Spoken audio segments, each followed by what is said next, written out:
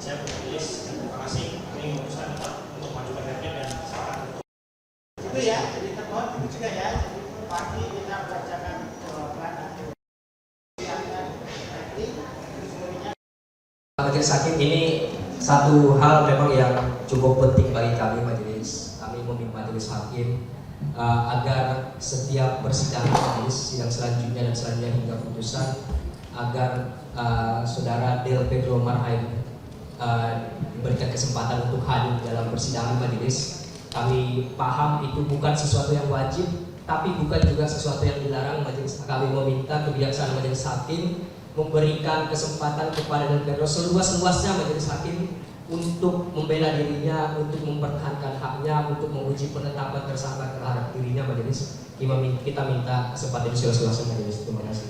baik, berada hak dari pemohon untuk hadir di persidangan atau tidak.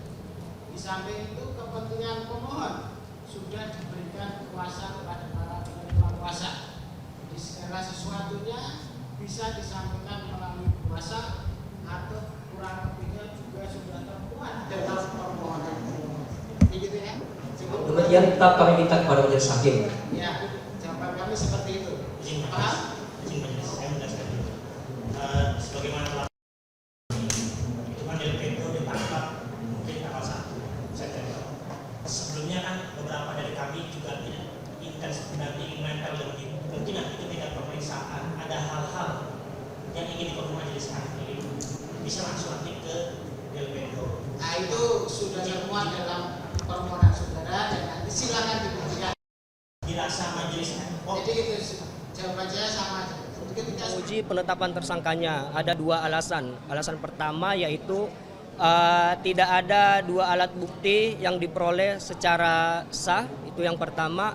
Yang kedua itu tidak ada pemeriksaan sebagai calon tersangka, yaitu sebagai saksi kepada Del Pedro. Tiba-tiba kan beliau sudah saat penangkapan statusnya itu sudah ditetapkan sebagai tersangka, dan itu menurut hukum acara pidana, menurut putusan Mahkamah Konstitusi, dan juga sudah ada putusan pra-peradilan di Pengadilan Negeri Bandung yang membatalkan penetapan tersangka terhadap seseorang yang tidak pernah diperiksa sebagai calon tersangka gitu. Nah, praktik itu kemudian terjadi kepada Del Pedro, dan kami meminta supaya Pengadilan Negeri Jakarta Selatan agar konsisten dengan putusan pengadilan yang lain, supaya tidak terjadi kebingungan hukum, supaya tidak terjadi pelanggaran hak terhadap warga negara dalam proses penegakan hukum pidana gitu.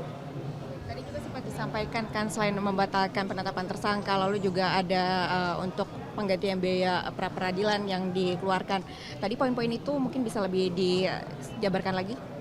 Kalau soal biaya pra peradilan kan itu ya lumrah lah. Siapa yang kalah dalam pertarungan di pengadilan, maka dia yang dibebankan biaya administrasi pengadilan. Ya kalaupun gugatan kami dikabulkan, insya Allah, maka ya Polda, ya negara juga yang membayar biaya perkara pra peradilannya, itu aja soal itu. Tapi selain itu juga menghapuskan penetapan tersangka itu ya poin. Ya, kita minta supaya penetapan tersangkanya dibatalkan, tidak memiliki kekuatan hukum, dan segala proses hukum terhadap Del Pedro Marhain agar dihentikan dan Del Pedro dikeluarkan dari tahanan sesegera mungkin.